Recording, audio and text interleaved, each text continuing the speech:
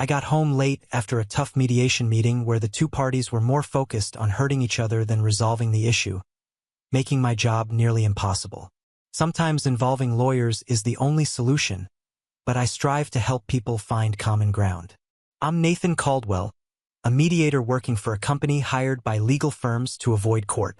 We aim for mutual understanding, though it's not always successful. Growing up as one of 6 kids, I often settled disputes among my siblings. Our mom raised us alone after Dad passed, leaving us as latchkey kids. I always ended up being the peacemaker. Mediation wasn't planned. While working in a factory and studying creative writing in college, I resolved conflicts between management and workers. An arbitration company brought me in for a dispute, and it led to a job offer. I switched my major to business with a minor in psychology and joined the company full-time. As a mediator, I've handled various disputes, from movie companies to car manufacturers. I also mediate divorces, focusing on asset division when other solutions fail. My approach relies on vulnerability and honesty, meeting both sides separately to understand their perspectives and needs. Orson Scott Card's story about a girl severing connections between people resonated with me. While I can't see connections, I untangle conflicts and create new resolutions through understanding. At home, I don't practice this with my wife. I needed you to understand my background and approach because it'll matter later on. I'm 6 feet tall, weigh 197 pounds. Yes, I have a Johnson. No, it's not huge or small. It does the job. My wife, Emily, is the love of my life. When people say having kids is amazing, it's just words until you experience it. The whole idea of saying we are pregnant always made me chuckle because it's mostly the woman who deals with all the challenges. When we were expecting, everyone offered advice like, do this before the baby comes, and have fun now. You won't later, ending with, but it'll be the best thing ever. It always seemed contradictory to me. Emily and I couldn't have children. She had severe pain from her first period and had to undergo surgery to remove parts of her reproductive system. It was described as cancer waiting to happen, so they removed any chance of her having kids. By the time we got together, she'd come to terms with it, but it was still a painful topic. I loved kids and thought I'd have them someday, but choosing between Emily and having children was an easy decision. We considered using donor eggs and surrogacy, but I never felt right about it. Emily carried a deep guilt about not having children, seeing surrogacy as a punishment from God. It took therapy for us to understand and begin healing from it. We decided to embrace our childless life and traveled extensively. Running with the bulls, visiting the pyramids, exploring Pompeii, diving in Pearl Harbor, wine tasting in Napa Valley, and bungee jumping off the Sydney Harbor Bridge. We truly lived life to the fullest. Our friends with children drifted away as their lifestyles differed from ours. Plans to get together rarely happened due to their parental responsibilities. After our friends left our downtown condo in Bellevue, a wealthy suburb of Seattle, Emily and I would often laugh and say, glad we don't have kids. Maybe it masked our own feelings of emptiness, but we enjoyed ourselves, indulging in leisurely closeness on the balcony without worry. Overall, we were content. I had my intense work, and Emily, a curator at a technology museum in Seattle, had hers. It was amusing. She loved gadgets while I enjoyed classical music and opera. We joked that our brains were swapped. We've been married for nearly 12 years. We met at a lawn hockey match.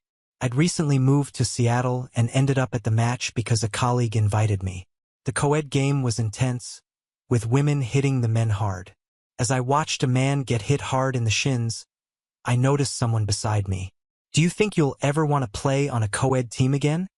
She asked. I wouldn't.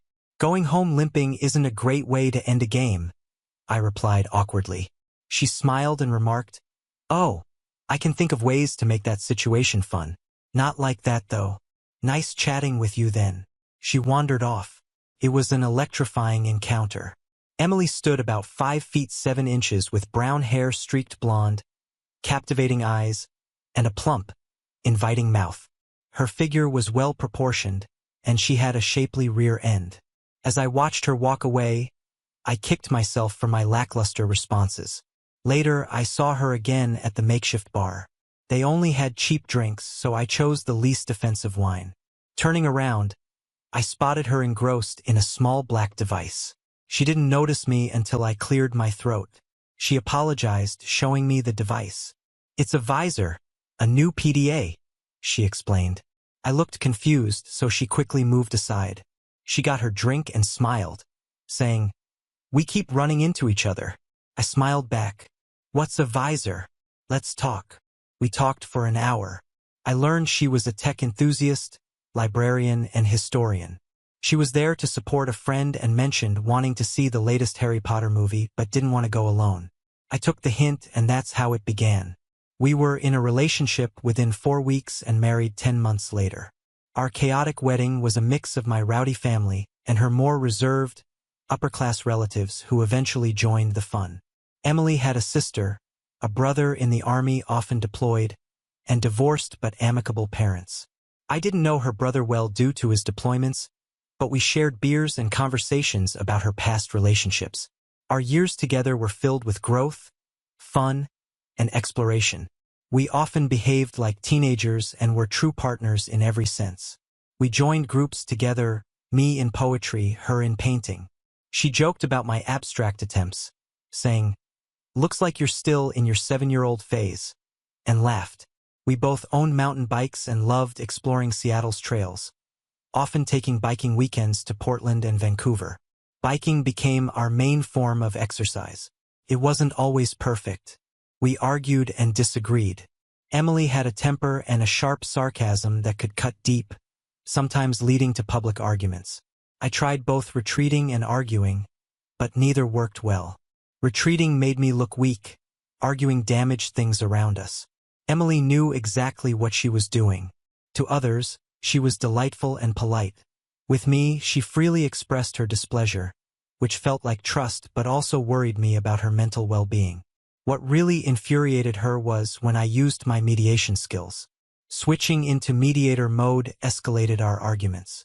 She learned not to bring up my mother after a weekend in a motel because I kicked her out. She often had valid reasons to be upset. I'm not easy to live with, moody, quick-tempered, and critical. I could provoke bad situations, preferring to handle them privately. She usually realized when she went too far and would apologize, but I'd still struggle afterward. Our bed life was amazing, perfectly matched. We explored fantasies, tried daring things, and role-played until a confrontation ended it. Our relationship was complex, filled with intense emotions and unique experiences. Despite all that, we were happy. At least I thought so. My work could be demanding at times and occasionally required travel. Being a freelance contractor for my company meant I had to go where the work was, but these trips were infrequent and short-lived. Emily also traveled occasionally for her museum job, especially to tech companies donating old equipment. A few times I tagged along, and during boring lectures about outdated technology and its former value, which wasn't exactly my idea of fun. Yet on those trips, I got to golf in Arizona during winter, gamble on nickel slots, and enjoy intimate moments with my wife in hotel rooms. So I couldn't complain too much. But let's get back to the evening that changed everything, which is really what this story is about anyway. I walked into our condo with its nice view, tossed my jacket on a chair, and called out, "I'm home. What's for dinner?" The lights were on, so I knew Emily was home too. Her Mazda Miata MX-5 was parked in the underground lot. Our condo's entrance led directly into the kitchen, where I grabbed a low-calorie beer, or as she called it, diet beer, and wandered into the living room. There she was, sitting on the couch with her knees together, looking up at me nervously, biting her lip. But it wasn't her demeanor that caught my attention. It was the guy sitting next to her. "Honey," she began weakly. I froze, staring in disbelief at what I saw. Her body language was a mix of regret, nervousness, and defiance. All familiar to me after years of being together. You can't live with someone that closely for so long without understanding their expressions. Well, apparently you can, as I was learning. But in that moment, I could read the entire situation clearly. As for the guy, he was young, sporting a smile that was just shy of confrontational, not quite sneering, but close. It was classic arrogance disguised with a hint of sensitivity. He might have even believed it himself, but his body language clearly asserted dominance and ownership over her. She leaned forward, he leaned back, arms spread out along the sides of the couch, one behind her. She tilted slightly forward to avoid looking like he had his arm around her. But she hadn't removed it either. She was trying hard to downplay the situation, not realizing her efforts were making it look worse. Now she appeared guilty rather than regretful. Just by looking at them, I could piece together part of the situation. I knew what had been going on. I wasn't sure where they thought things were heading, whether it was a confession and promise not to repeat or a breakup talk, but I knew what had happened beforehand. You can't miss it when you witness something like this. I glanced at them for a moment longer, then slumped into the chair next to the couch, positioned at a right angle to it. This placed me right next to the guy, who gave me what he probably thought was a concerned look. Emily frowned as I sat down, and I could interpret the expressions on her face. Our seating arrangement was really bad. If I lost my temper, she wouldn't be able to intervene, but it was too late for that now. They were clearly following some kind of script, and I had to suppress the anger churning in my stomach to figure out what that script entailed. I cracked open the beer, took a deep sigh, and had a long sip. Emily bit her lip again as if about to say something, but held back. I figured she might have been thinking something like, "Yes, a beer would be good right about now." I chuckled to myself, struck by a thought. It's funny how people react to sudden stress like this. I'd seen it before and always found it puzzling. People say the most ridiculous things or bring up irrelevant points in such situations. In my line of work, I'd witnessed it often and wondered silently what goes through their minds at that precise moment. It seemed they were in complete denial of the reality of the situation, and here I was experiencing it myself. "What?" Emily asked, a hint of annoyance in her voice that she quickly masked. I took another sip of beer, then said, "I was just thinking. I know you so well I can read your body language. I was just thinking that you couldn't possibly hide your body language like this in a situation like this. Not when you know them so well. And then it occurred to me that you've done exactly that, haven't you?" I had no clue. She grimaced slightly, then took a breath. "Well, yes, I guess so. But that's partly what this intervention, I guess, is about." "Intervention?" I interrupted, dripping sarcasm from the word. "Is that what you are calling this little event? Why not something nicer? Get together, perhaps? Come to Jesus, even?" It slipped out before I could stop myself. I shouldn't have, though. I usually keep my composure better than that. "Nathan," she said reproachfully, stressing the two-syllable word. "Oh, by all means, dear wife," I retorted, emphasizing wife in the same manner. "Do go ahead. I wouldn't want to derail your script." I glanced at the guy sitting next to her and noticed he had opened one of my beers. The white-hot rage I was starting to feel intensified another notch. "Nathan, you just said it yourself, you had no clue.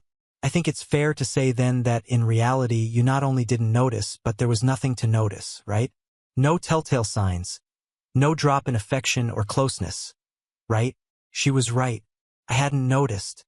I wasn't really paying attention either, but trusting her implicitly can lead to that. But still, I'm usually observant. My job depends on it, and I don't take her for granted. Even after 11 years, I still surprised her with flowers for no reason, had them sent to her work, took her away for weekends, bought little gifts, anything to show her how much I cared. That's why this hurts so much from my perspective. My mind raced, asking questions I didn't have answers to. Had I not given her enough? What more could she have wanted? What drove her to this? Why? I struggled to control my emotions. I knew I wouldn't get any answers if I lost my temper. Tempting as it was, I was smart enough to know that. I might explode at some point, but I wanted answers first. And this was a way to get some. I wouldn't get all of them, and she would outright lie about some. It was inevitable. I knew she still loved me and wouldn't want to hurt me more than necessary. So she'd lie about the things she felt would hurt me most. It was only human. But that's the thing, I knew she loved me. I was completely sure of it. Even with the evidence that her love had been shared around, I still believed in it. Maybe I was fooling myself, but I don't know. Some things in life you just know. And I knew she loved me. I guess I was just fooling myself about the part where she loved me exclusively. I gestured with the beer, not trusting myself to speak yet. Emily took that as confirmation and continued speaking calmly. So logically then, if I never gave you less than you've always had from me, how does this affect you? I'm still the same person I've always been. This, she gestured at the man beside her, is just an additional dimension. Nothing changes. I still love you and will always be everything to you that I've always been, and I want the same from you. Can't you see that you haven't lost anything here? So that's how it was. She was actively hoping I'd accept this, see it from her perspective. It was clever. She was trying to do to me what I do professionally. Make me see things from her point of view, put myself in her shoes metaphorically. There was a moment of silence, then she said, "It's not you, honey, not in any way. You are not lacking at all. Please understand that. You rock my world and always will." You just what, Emily? I interrupted, amazed that I hadn't flipped the coffee table over and hurt someone. Just needed more than I could give? The flowers, the gifts, the weekends away, the love. I sneered at the last word. Just weren't enough for you? Does he have a huge Johnson?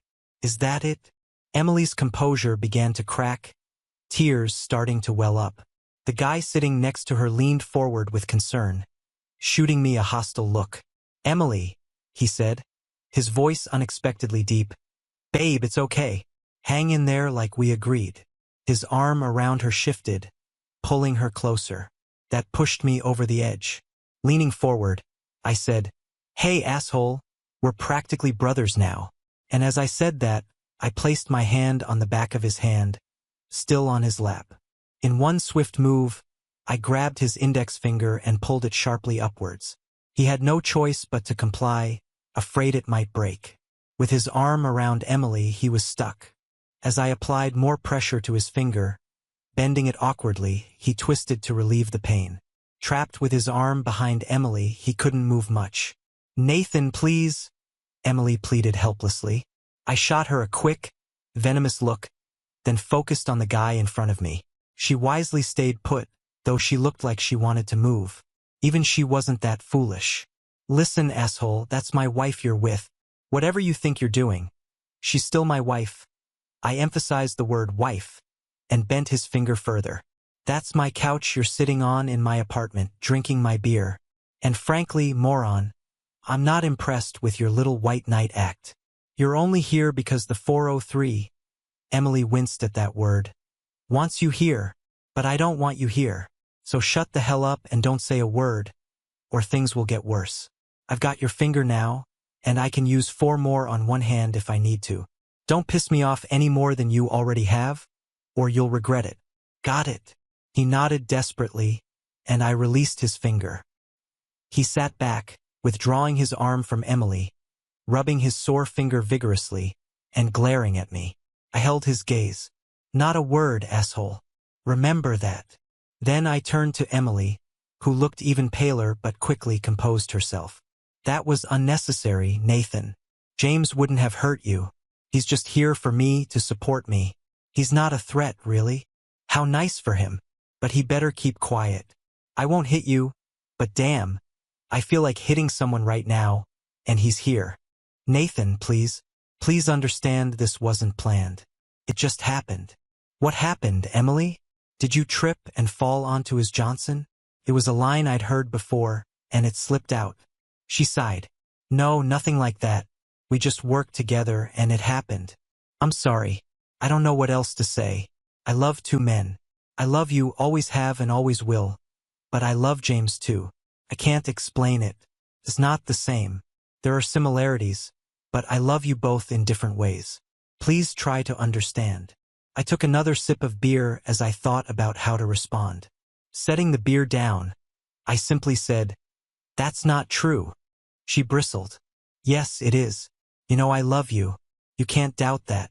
I've always treated you with love and consideration, even when—" She hesitated, then continued, "Other things were going on. I made sure you never felt anything less than my full commitment. That won't change." She stared at me intensely, almost daring me to challenge her. Her words sounded like she was declaring how things would be from now on, using classic leadership tactics. Not today, Emily, I thought. The thing is, in my line of work, dealing with vulnerability, bringing people together through common ground and fairness can bring people closer. But in the wrong hands, it can tear them apart. I try not to do that. While I understand what unites people, I also know how to create division. It's like a massage therapist who can either relieve pain or cause it by knowing the right spots. I have that power too. Though I hate having it when I'm angry, I can really hurt someone. And I was furious then. She needed to understand my pain and her role in causing it. She needed a reality check about her future, and I was going to shake that up with my words right then and there.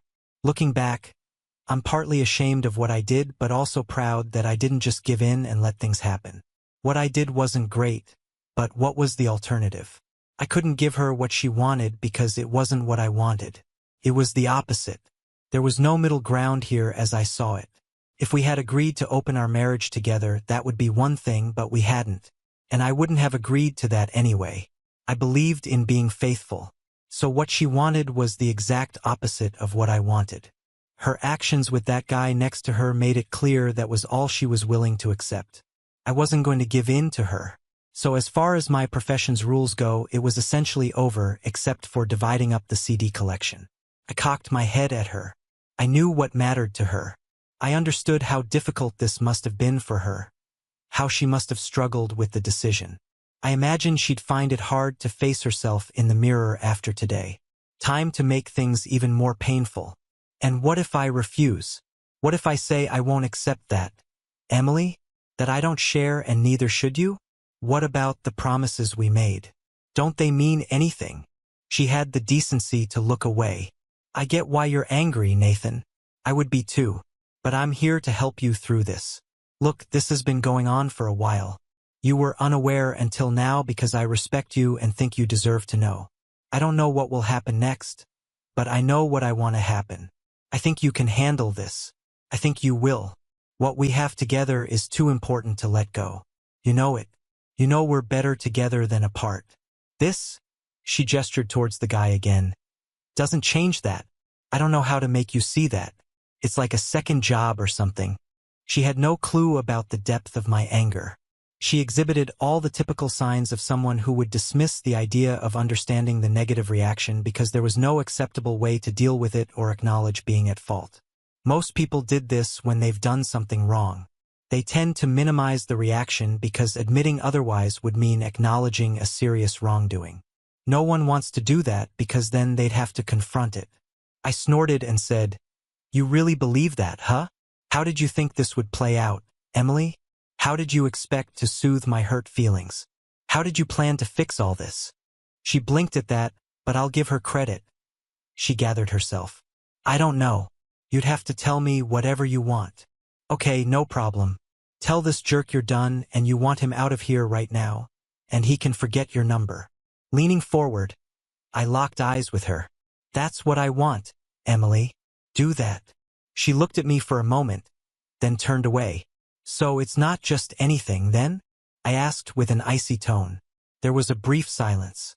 I heard the grandfather clock on the wall, a gift from her mother on our 10-year anniversary, chime, marking the passing minutes. "Nathan, why can't you see? Nothing has to change. We're having this conversation now because I refuse to deceive you. It's tearing me apart pretending. I need to be free. Don't you want that for me? I respect you enough to tell you, to make you understand. To accept." I finished her sentence. She nodded, a tear forming at the corner of her eye. "How long have we been married, Emily?" I asked abruptly. 11. 11 years, she replied, unsure. "Right? And in all that time, have I ever given you the impression that this would be okay with me? That I'd accept it, overcome this, and move on?" Once again, she looked away. Point for Team Nathan. She insulted my intelligence and understanding of who I am, deliberately ignoring reality. "No," she said softly. Then she looked back. "But you can. I know you can. Our life is built on pure love for each other. If you truly love me, you'll let me have this pure love. And this is how you show it? Falling for someone else and sleeping with him? Is that pure love? What's pure hate in your world? Murdering me first. That's not fair, Nathan. I didn't plan this. I don't want to hurt you. Well, you've done a damn good job of it anyway. I'm sorry. So am I? Doesn't change much, does it?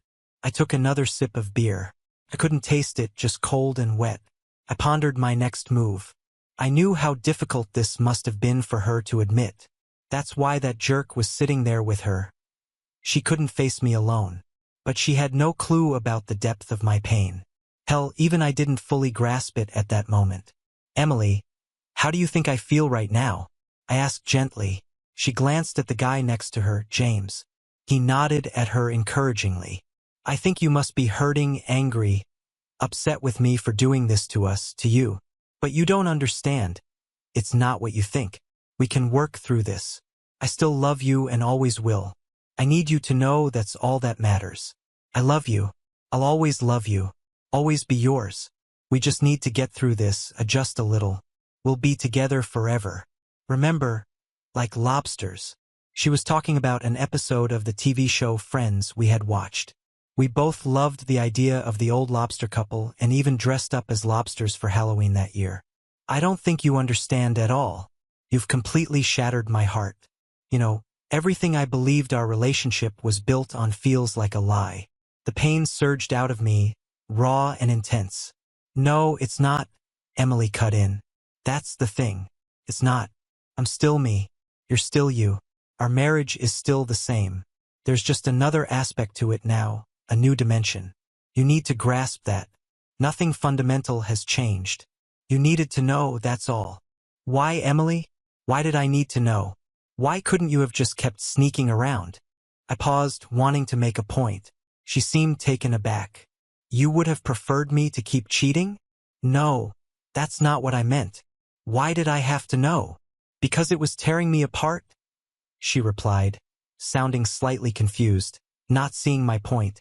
Sneaking around and pretending at home was unfair to you. Exactly. So why were you sneaking around? Why was it tearing you apart? Because it was... She trailed off, realizing where I was going. Wrong, I suggested. She just stared at me. You were sneaking around because deep down you knew it was wrong. You knew I'd be furious, hurt, and devastated if I found out. You hid your deceitful actions because you knew they were destructive and morally wrong. There was a moment of silence. Then she said, we just needed to find a way to tell you that would minimize the pain. How's that working out so far, you think? I retorted sarcastically. She didn't reply. And you still have no clue how I feel right now. Everything you're saying is just words. Oh, I'm sure this is difficult for you. So tough. Neither of you are sacrificing a damn thing, are you? It's all on me to accept this. Well, for you, it's a settled matter. You've lost nothing. You're having your cake and eating it too. And this guy here, well, I don't even know what he's giving up. Probably nothing. He gets you without guilt. Sneaking around, big deal. He stared at me, ready to speak, but my glare made him pause. I looked pointedly at his finger and set my beer down, preparing myself for something. He hesitated and reconsidered. Nathan, James wants me just as much as you do. I'm trying my best here. Cut me some slack. I've told him just like I'm telling you. He doesn't get to have me the same way you do. I have 2 men to care for now, and I'm not shortchanging you in any way. You're such a fool, Emily. Listen to yourself. Not shortchanging me? That's bullshit. The fact that we're even having this conversation means I'm getting shortchanged. As you put it so nicely. I didn't sign up for sharing you when we got married. And neither did you. The best you can do is kick this guy to the curb right now and throw yourself on my mercy. End of story. I don't share. Stop asking. You know better. But you have no idea how much this hurts. Imagine if I had an affair. Imagine I was seeing that cute redhead paralegal for months. Told you I loved her and wanted to continue. I looked at her and realized my words were falling on deaf ears. She was too wrapped up in her own situation to grasp the reality of what I was saying. Then she spoke and confirmed it. Well, I wouldn't like it much, but I'd find a way to come to terms with it. Bullshit. The only reason you say that is because of the situation you want me to accept. Let's be honest here. Oh, sorry. I shouldn't have asked that, should I? That shut her up. Even she couldn't deny the truth in that statement. You've destroyed me, Emily. You've destroyed us. Don't you get that? I don't care what you keep saying about nothing changing. It has, and that's a fact. No matter what happens now, you've betrayed me forever. Always. Nothing can change that. I'll never accept this, and I have to ask you to leave because clearly you want to keep this going. Even if you didn't, how could I ever trust you again? You've kept this from me for God knows how long. If you said, fine, I'm done, then what? How would I know you wouldn't start again with this guy or someone else? How can I trust you now, Emily? But you're not going to stop, are you? You want this. You just admitted it. That really hit home. It was clear she hadn't considered it from that angle. That's the thing about people who strike deals with the devil, they never do. You've made your choice and it's not me, is it? Because if it were, this guy would be out of here by now. That's what I want, but you're not going to give it to me. Do you have any idea how that feels, Emily? Do you? No, of course you don't. You've taken everything I had to offer, and now you've taken this jerk too. And now you want to make that choice official? Well, it doesn't work like that. We already made our choices. You don't get to remake them. I have no clue what my life will be like from here on out, but I can tell you this much. I'll never trust another woman as long as I live. You've done that to me, Emily, so thanks for that. Just you. I don't know if I'll ever get over what you've done and what you're trying to make me accept. I think it's sick, but you're so blinded by getting it all for a short time that you honestly believe you can have everything. And I'm the one who needs convincing? Well, screw you. Life doesn't work like that. The truth is, you'll never know how much you've hurt me today. Never. Not until someone does it to you. But that won't happen, will it? Because you'll be too busy getting what you want. Oh, Nathan. I'm so sorry. I don't want to hurt you. Really, I don't. Please don't feel that way. Tears were streaming down her face. How the hell am I supposed to feel, Emily? Whatever you got from me, it wasn't enough, was it? What kind of feeling is that to lay on a man you're supposed to love above all else? Tell me, how am I supposed to feel? I don't even know what I did wrong or what you weren't getting. And there's no way you're going to be honest and tell me. Is there? You sure haven't been honest so far.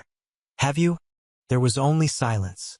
Emily opened her arms and hesitantly leaned forward as if to hug me. I held up my hand. No thanks. The last thing I want is pity love from you. I almost called her a bitch, but I had to keep control of myself. As it was, I didn't even realize I had tears in my eyes until I wiped them away. It was strange, battling both intense rage and profound hurt simultaneously. It was a bizarre mix, like wanting to throw someone off a cliff while holding on to them and jumping yourself. Your mind races everywhere, playing out every scenario to its logical end. She needed to grasp the enormity of the damage she had caused here. Like most people who've done something awful, she avoided facing it, trying to downplay it and find ways to soften the impact with words. She had to do that because deep down, she knew how severe it was and didn't want to confront the responsibility. Once you acknowledge it, you're obliged to take action. Once you confess, you have to fix the harm, and she simply didn't have the tools or ability to do that. Some things can't be undone. The more I could make her realize that, the more she would have to come to terms with being accountable, and I knew her well. She had a self-image that couldn't handle that. She would suffer endlessly knowing she caused this and couldn't make it right. Emily sniffled again, and the guy next to her shifted as if about to speak but changed his mind when I glanced at him. There was a pause, then I asked, "So I get to fool around too? Huh? Is that part of your grand plan?" Emily looked up and scowled at me. I always loved that frown. Her nose wrinkled, and there were lines between her eyebrows. She said, "Well, I'd hope you wouldn't. Ideally, you'd be satisfied having all of me. That's always been enough before. But I understand. I'm not in a position to judge or say no. So I wouldn't like it very much, but I'd have to accept it, with conditions, of course." Conditions? I sputtered. This woman was unbelievable. How the hell had I been married to her for 11 years and not seen this? What had I been smoking and drinking? Is love really that blind? Am I really that naive? Well, no. Falling in love like you did. You mean too easy? She frowned again. Another hit, C3, C4, and C5 next, please.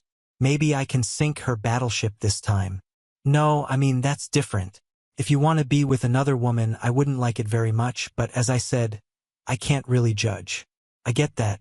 No, you'd have to be sure, like I am, that this is the primary relationship, the main one, that you're mine and I'm yours, like it's always been. I chuckled at that. Except for the last, 3 months? 6? While you've been messing around with Mr. Funnyman over here. She sighed. It's not like that, Nathan. I never stopped loving you. I just expanded my horizons. That's all. I like my horizons just where they are, thanks, I replied.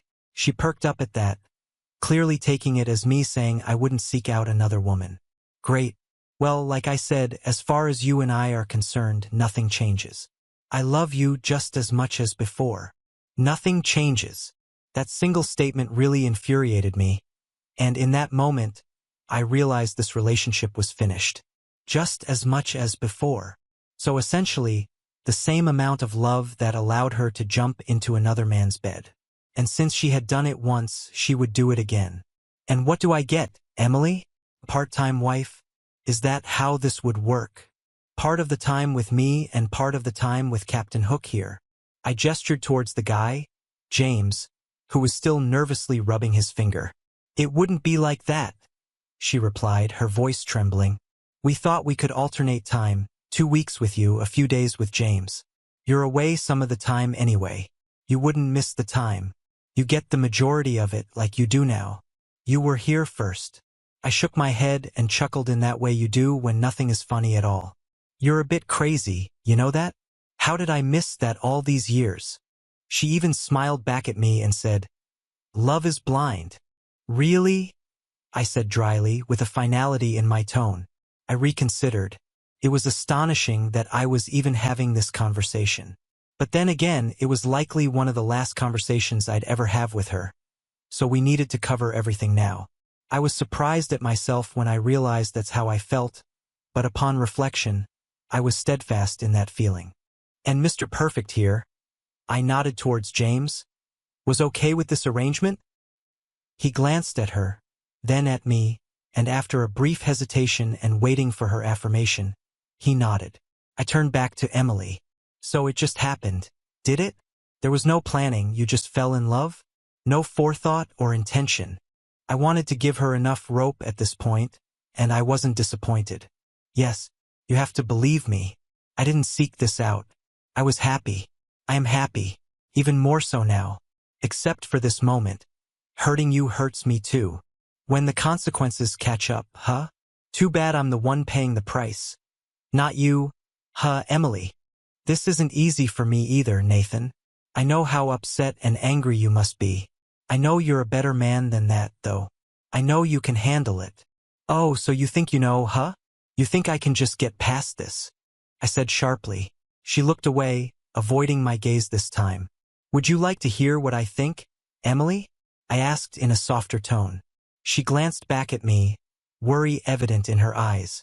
After a moment, she nodded reluctantly. All right then, here's what I think. This whole thing is nonsense from beginning to end. All this talk of it just happened is crap. And right now, it's spilling over and making a mess. You don't just accidentally fall in love, Emily. You know that. It takes effort. It's about spending time together, making each other laugh. Those little gestures and moments that build closeness. It's intimate, and you don't do those things unintentionally. You choose to let them happen, or at least you choose not to stop them. You know it, I know it, and even this guy here knows it. I could tell I was challenging Emily's core beliefs about herself. She saw herself as moral and ethical, always making the right choices. For many people, saying it just happened is a way to avoid facing their own responsibility for doing something they know is wrong. Deep down, people often struggle with doing what they know is right because they lack the moral strength to resist temptation, especially when it involves something forbidden. They'll rationalize their actions to make themselves feel better, but deep down, they know the truth. In my experience mediating conflicts, you never directly confront someone about their bad behavior. It rarely leads to a positive outcome. They either accept it and try to justify it to themselves, or they vehemently deny it and dig themselves into a deeper emotional and logical hole. This leads to conflict and defensiveness, and ultimately no one benefits. There are moments when you can break through to someone, but it usually requires someone they deeply respect, the right words at the right time, and it's easy to mess it up. When someone is deeply in denial, like Emily seemed to be, it's like shouting into the wind. Emily knew deep down that what she did was wrong. She also knew I wasn't wrong about what I was saying. Bringing attention to her actions made it hard for her to face reality. I was trying again to make her see how responsible she was for my feelings. It wasn't going perfectly, but that's normal. Understanding the full impact of one's actions usually takes time. It's rare for someone to get it immediately when it's pointed out to them. You might not have planned this, but you didn't stop it either, did you? That's cheating, Emily. Every action was emotional cheating even before whatever happened physically. You know that, I pointed out, shining more light on the issue. I knew she'd be thinking about this for days. So your excuse is that I wasn't lacking anything? That's your defense. I pressed further. She just stared back, starting to understand my approach and feeling intimidated. Words are powerful when used effectively, and she knew I was skilled at it. I get it. So it never crossed your mind that if you had so much love left over for James, then you weren't giving me my fair share? You've decided how much love I should get, and whatever's left is yours to give as you please. Is that it? I challenged. Her response surprised me. She countered. You can love your children and still love your spouse. Did your mother love you any less because there were 6 children? It struck me that they must have prepared for this. They were anticipating my arguments. It showed some level of planning, which I found disappointing. Yes, that's true. But let's be clear. I didn't get what I needed from you. Not at all. But we're not talking about children here, Emily. We're talking about a marriage, I concluded sharply. She flinched at my tone, and I took that as a small victory. I'm so glad you've calculated exactly how much love I deserve. Maybe you should publish a paper on it. I'm sure plenty of other couples would love to know that magic number. Just enough so he doesn't notice any lack. Right? She stared back at me, her face pale around the eyes. She knew I was about to confront her head-on. What do you think your sister would say about all this? Have you even considered that? I asked, curious.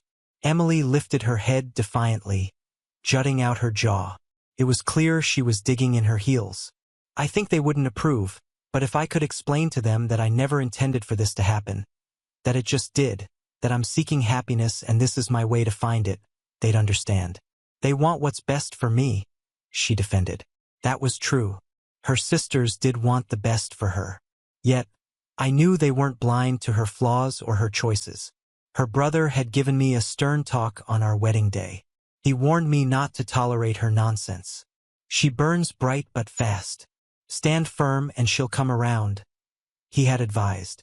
He also mentioned she had some peculiar ideas, but to laugh them off and she'd eventually catch on. Her reception might not be what she expected. Yeah, I think that's wishful thinking on your part. Once they find out you cheated on me, let's call a spade here, you slept with another man and then lied straight to my face about it. There's no getting around that. Do you really think they'll be okay with that? Do you think your brother will approve or understand that, Emily? I emphasized with air quotes.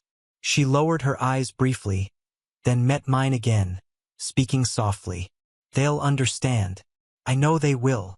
Just like you were sure I'd come around to this idea. 0 for 2 so far, babe.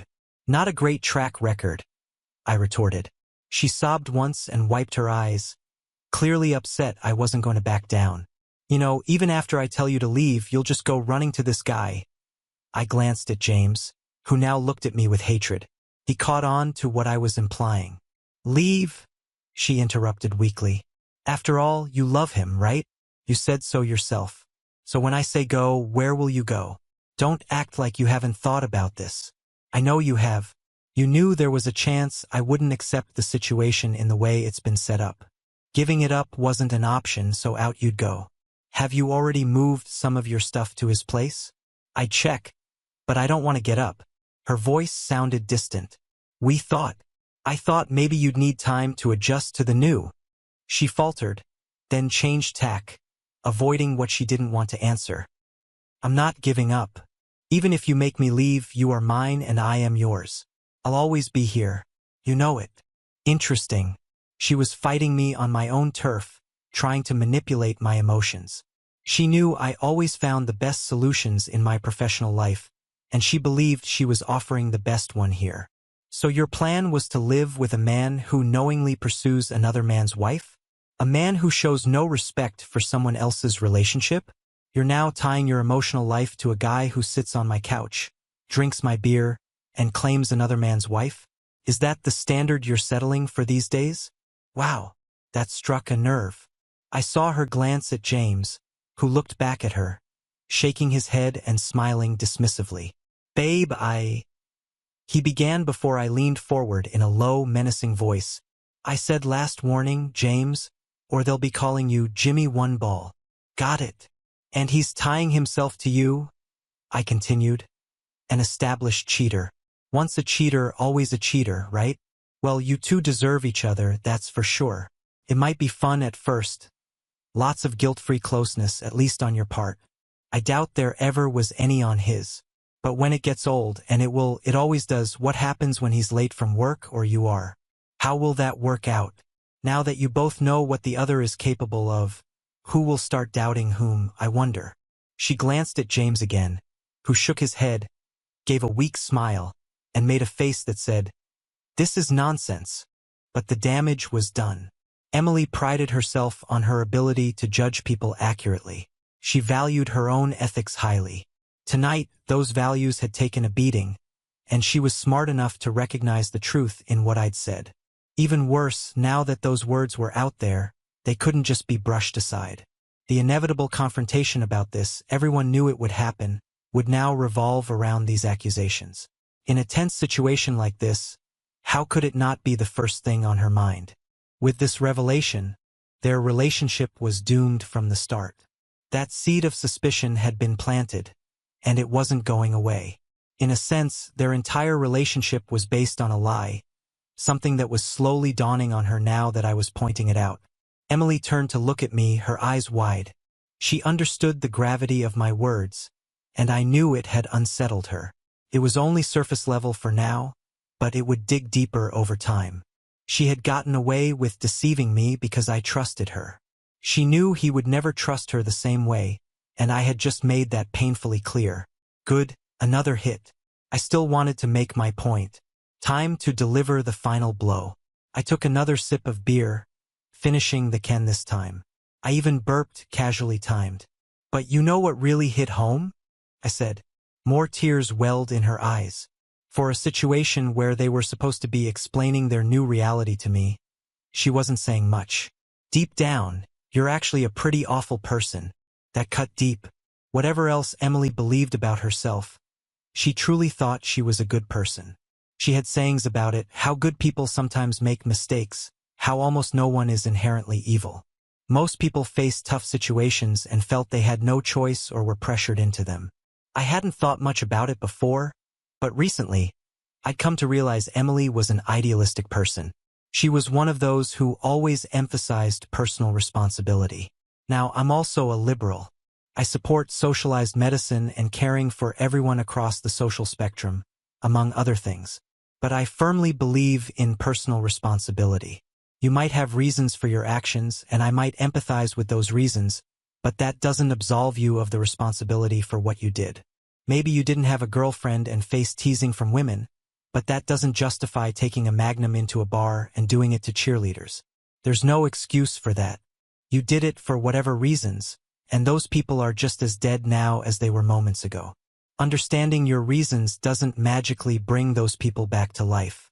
She genuinely believed she was a good person who might do something bad, but she'd feel awful about it afterward. When someone you deeply love says things like this to you, things you desperately don't want to believe but deep down know there's truth in it, it bypasses your conscious defenses. You recognize its truth even if you wish it wasn't. I was one of the people she trusted most, yet I was labeling her as evil, and I meant it. By exposing her self-delusion, she knew I had reasons to believe it, which meant she would likely start to believe it too. That kind of self-doubt, especially supported by someone you value and trust, is the worst kind to feel. Even though I had a stake in saying it, I hoped she wouldn't dismiss it. I knew she would internalize it, and self-belief is incredibly powerful. All right then, time to make her feel truly terrible.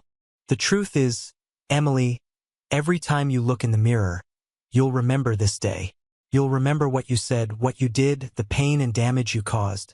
All because you claim you didn't mean to fall in love. Well, that's not good enough for me.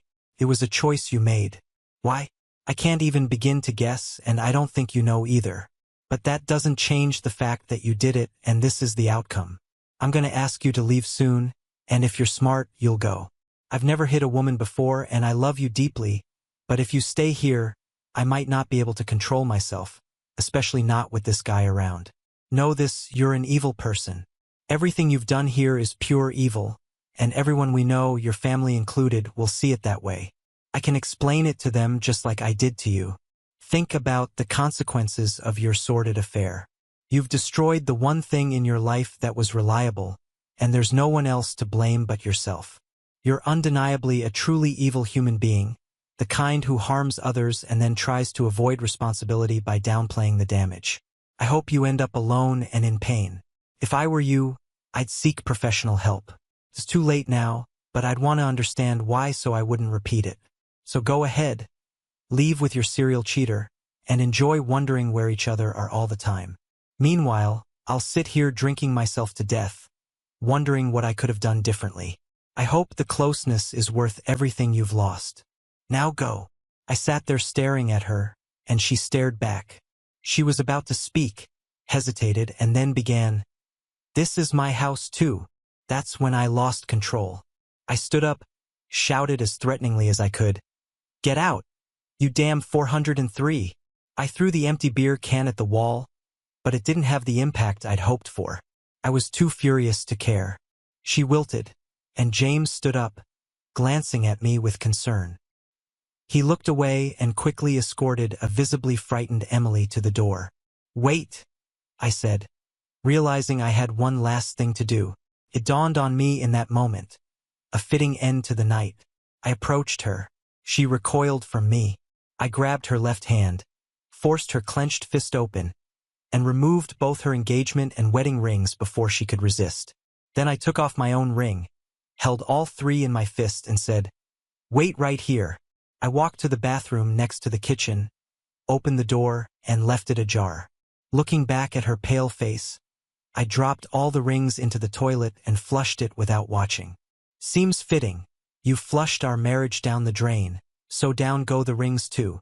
I knew this would deeply hurt her. Those rings meant a lot to her.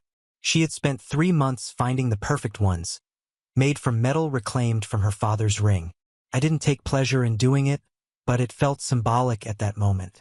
I just wanted to hurt her. I'm not proud of that feeling now, but it's how I felt in that exact moment. She gasped at what I did, whispering, "No, no, no, I didn't want this," in a small voice. "One more thing," I said, and in the middle of saying thing, I punched James square in the face. I put a lot of force into it, and his nose crunched under my fist. Blood splattered everywhere as he fell to the floor. Emily stared at him, then back at me. I shook my fist, grimacing at her. "Now you can go. I'll change the locks tomorrow. Expect the divorce papers." It was over. She knew it, and so did I. She wouldn't be able to face herself in the mirror after this. She wouldn't be able to face her friends. She'd spend a lifetime regretting today what led up to it, and what she did to our relationship and her own image. Right then, I had no sympathy for her. I had been betrayed, cheated on, and humiliated, and damn right I was furious and wanted revenge. I briefly considered that she might do something drastic, but at that moment, I was too devastated to care. It's not a feeling I'm proud of, but in that moment, I couldn't have cared less. It makes me look bad, but I've never been easy to live with, especially in moments like this. She knelt beside him, fussing over his injuries, and I grabbed him by his hair. With that, I opened the front door of the condo. Without a word, I pushed him out, blood dripping onto the hardwood floor. Emily followed in shock. Once they were out, I slammed the door shut in their faces.